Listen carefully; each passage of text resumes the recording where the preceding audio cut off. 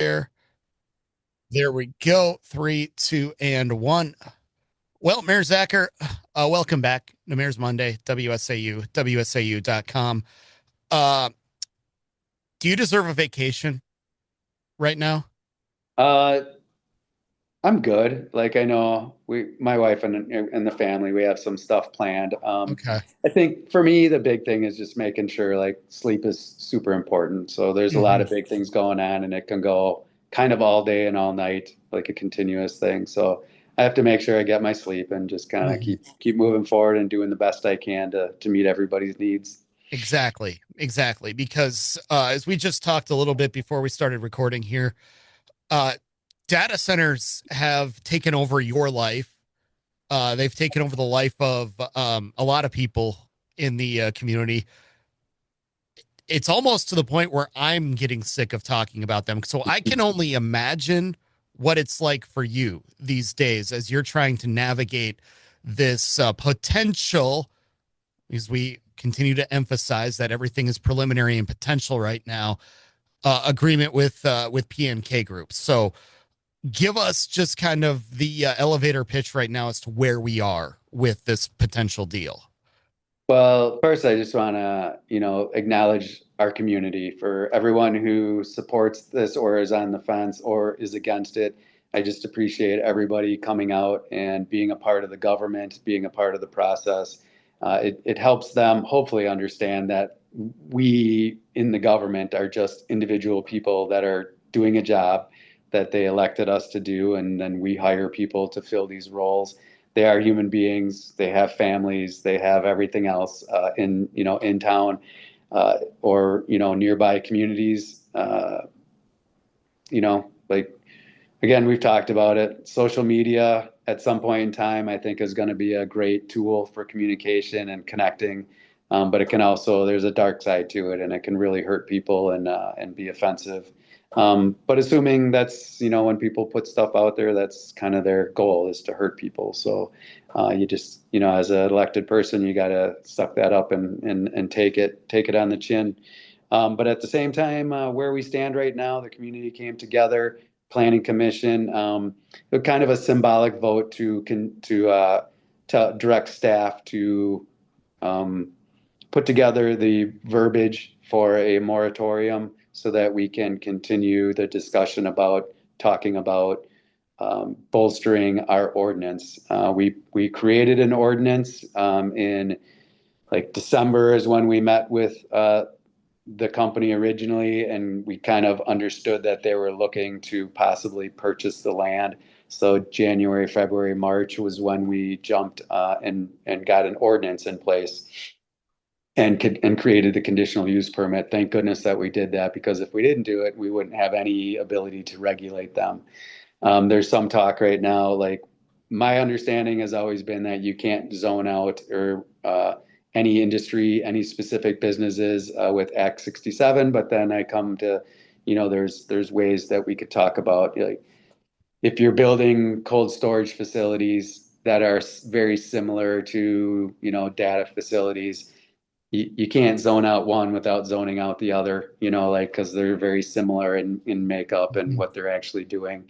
So there's a lot that goes into that. And again, I don't know everything. I always tell everybody, like you're asking me legal questions, and I can tell you my understanding at this point in time, but I don't have all the information. So it would be better to wait and get that information from the legal side of things. And we have a lot of good legal people working on this here, not only within the city organization, but within the community itself, kind of keeping an eye on things. And I'm communicating with them as much as I'm communicating internally.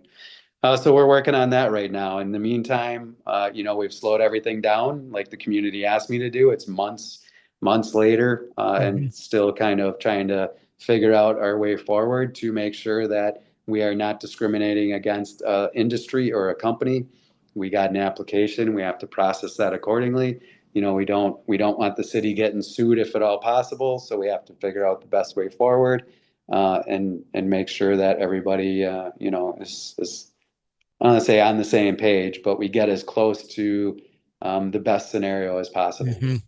Yeah, exactly. And I think the thing that you've said before is if we're going to have this in the community, if this is going to happen, We are going to have an airtight agreement. We are going to have a data center that is the best possible neighbor for our community. And, uh, you know, if possible, maybe set a model for other communities because I just talked last week with Governor Tiffany, or excuse me, Governor candidate Tiffany.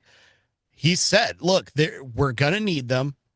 They're going to be coming here, but we have to make sure that we protect ourselves as much as possible. Make sure they're not taking over agricultural land. Make sure they're not increasing rates for everybody. And if Wisconsin Rapids can provide, I guess you would say, kind of a blueprint for that, I think that's something that you guys would probably want to do.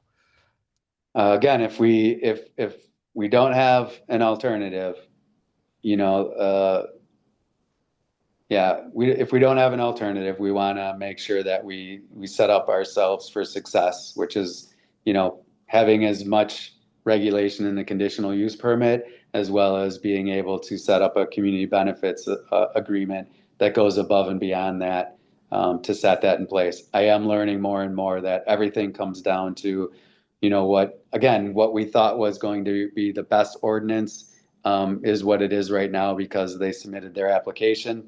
And anything can happen in there, but as of right now, that's the way the legalities of it go. So, but really through the conditional use permit is now where we have to make sure that we have everything in place, that this is the kind of facility you have to build.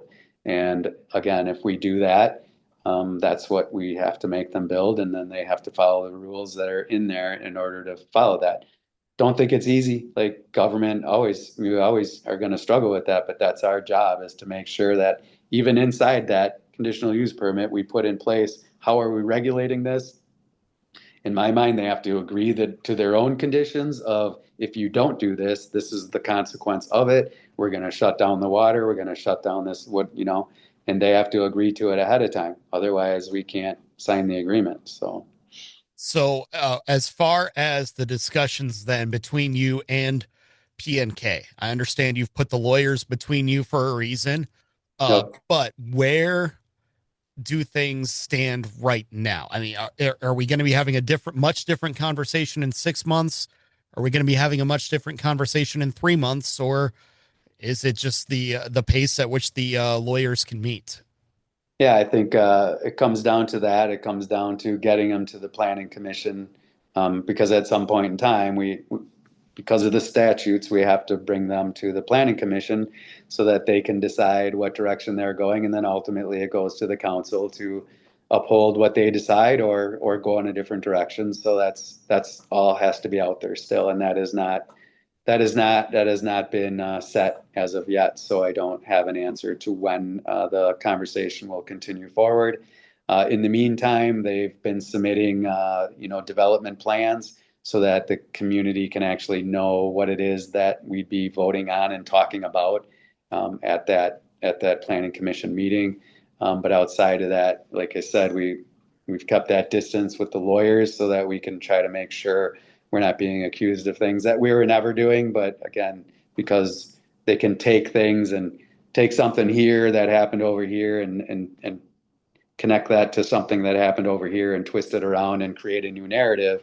And again, there's people in the community that are skilled at that. So therefore we got to be super careful.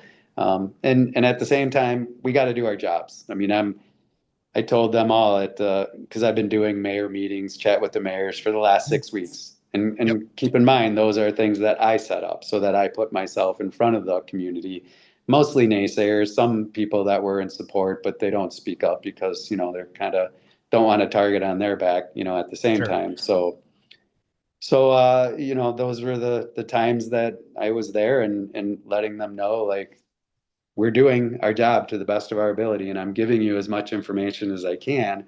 I think what happens when they do open records requests is that they'll take, like, if I say we met in January, February, March in order to start doing the ordinance because we got wind that from the company that they were looking to put in an offer on the land.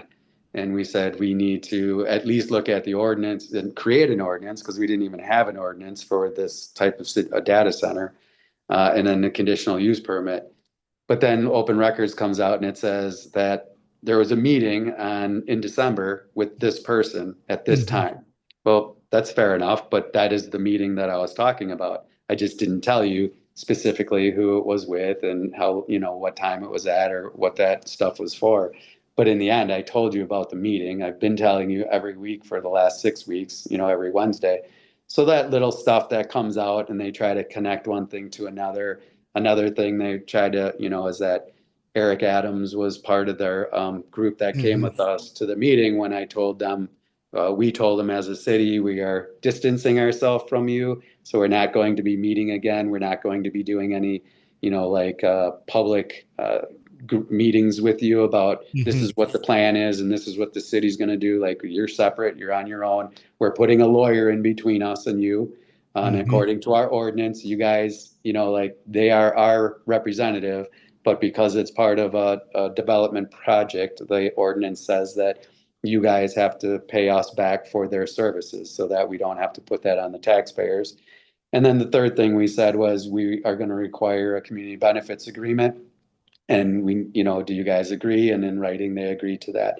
And then we never saw them again.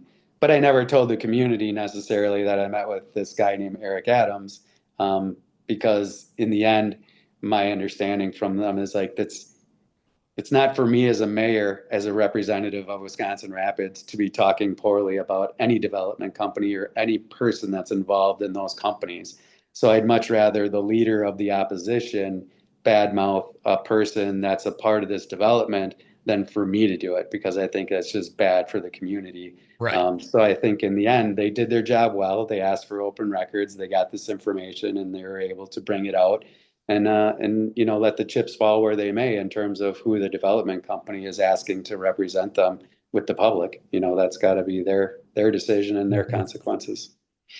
So, one more thing before we let you go. The new protective mobility rail safety system is being installed near a couple of railroad crossings. Just give us a brief overview of what this is and how this is going to benefit the community. Yeah, this was kind of a happy medium that got going. We've been trying to either one of two things, like re reroute the railroad track that comes on our west side that blocks like 10 different streets. Hmm. But it's a big undertaking because they still have a spur there that services a chemical factory that probably shouldn't be there either, but to try to move a chemical factory is going to cost a lot of money. But I did shoot for doing that a couple of times when there was money at the federal level to help. Didn't happen.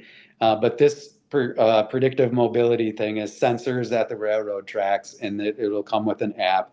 And so it's not cameras, it's a sensor that is able to tell everybody where the trains are at, how long they plan to be there. Like it's sensing what's going on and being able to collect that information from the railroad company.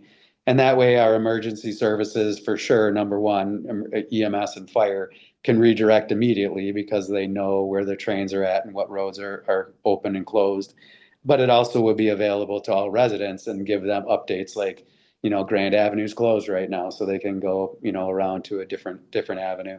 So that's out there, and that was shared. Most of it was paid for through grants, state and federal grants. We had a bit of a sharing thing that came out of that TIF district that was set up around that area. So that's what that is. It has nothing to do with flat cameras. Flat cameras are a big topic right now. Hmm. And we do have flat cameras. There's 5 of them in our communities that were voted on probably 2 years ago. As alderman, I did not support flat cameras. As a mayor, I didn't have a vote in it. Not that I'm saying that's it. I'm just saying I Hmm. was never really for them, even though the benefits of them are, if there's a crime happening and people are going from one town to the next, which happens out here, they're Hmm. able to track that license plate. They're only tracking license plates, and I know that that's a point of contention for people because if they can track a license plate, they can track facial recognition, that kind of thing. But according to the FLAC rules and what we go by, that's all they can do. It's helped us find some amber Amber Alert cases, some older folks with memory issues to find those folks, where they're at. It's helped with that. So there are benefits to it, but I do understand what people are saying. It's high tech, and it's been being done by a public governmental entity now, not private, door ring cameras, stuff like that. So Mhm. I get that. Yeah, absolutely. Well, we always appreciate the time, Mayor Zacher.